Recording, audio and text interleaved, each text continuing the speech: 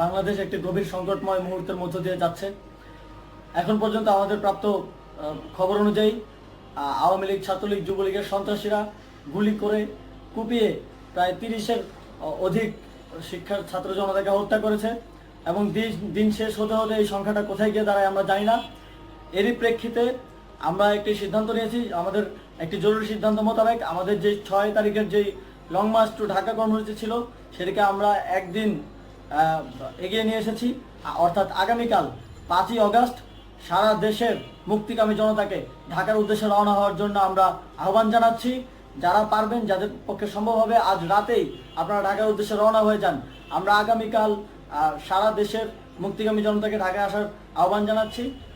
বিশেষ করে ঢাকার আশেপাশে যে জেলাগুলো আছে আপনারা দায়িত্ব নিয়ে মসজিদের মাইকে ঘোষণা দিয়ে যাদেরকে পাবেন সবাইকে নিয়ে ঢাকার উদ্দেশ্যে রওনা হন। এই লড়াই আমাদের জন্য একটি চূড়ান্ত লড়াই। আমরা চূড়ান্ত ঘোষণার জন্য প্রস্তুত, আমরা গণভবনের দিকে যাত্রার জন্য প্রস্তুত এবং সেই উদ্দেশ্যেই আপনারা সবাই ঢাকা আসুন। আমরা আপনাদের সবাইকে নিয়ে আমাদের চূড়ান্ত দাবি আদায়ে এগিয়ে যাব। আমি জানি না সমন্বয়করা আজকে রাতে বেঁচে থাকতে পারবে কিনা, কিন্তু আপনাদের উপর আমরা এই দায়িত্ব দিচ্ছি।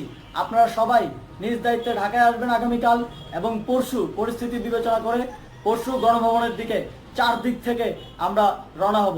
আমরা খুব আতঙ্কের সাথে লক্ষ্য করছি যে ছাত্রলীগ, যুবলীগ এবং আওয়ামী লীগের গুন্ডারা পুলিশের অস্ত্র দিয়ে পর্যন্ত সাধারণ জনগণের উপর হামলা করছে।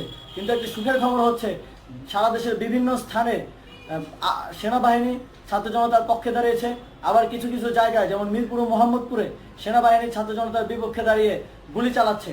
আমরা সেনাবাহিনীর প্রতি আহ্বান জানাতে চাই, আপনারা এদেশের নাগরিক এবং আপনারা এদেশের নিরাপত্তার দায়িত্বে আছেন, এদেশের জনগণের যানবাহনের নিরাপত্তার দায়িত্বে আছেন। আপনারা দেশের পক্ষে এবং দেশের জনগণের জন্য কাজ করবেন, কোনো খুনি সরকারের জন্য, কোনো খুনি রাজনৈতিক দলের জন্য কাজ করবেন না। এটি এদেশের জনগণ আপনাদের থেকে প্রত্যাশা করে। আমাদের এই আন্দোলনে সম্পূর্ণ সমর্থন দিয়ে হয় নিরপেক্ষ থাকুন, অথবা এই খুনি বাহিনীকে, সরকারের খুনি বাহিনীকে প্রতিহত করুন, তাদেরকে যথাযথ শাস্তির আওতায় নিয়ে আসুন।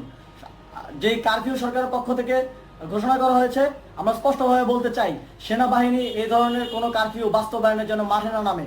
যদি মাঠে নামে তাহলে সেনাবাহিনী স্পষ্টভাবে অফিসিয়ালি জনতার বিরুদ্ধে দাঁড়াবে। আমরা চাই না সরকারের এই ষড়যন্ত্রে সেনাবাহিনী পা দিক। সেনাবাহিনীকে জনতার বিরুদ্ধে দাঁড়ানোর যে ষড়যন্ত্র সরকার রচনা করছে সেটিতে সেনাবাহিনী পা দিবে না, এই বিশ্বাস আমরা রাখতে চাই। আওয়ামী লীগ আজ সারা দেশে তাদের খুনি বাহিনীকে নামিয়ে দিয়েও ছাত্র জনতার প্রতিরোধের মুখে টিকতে পারেনি।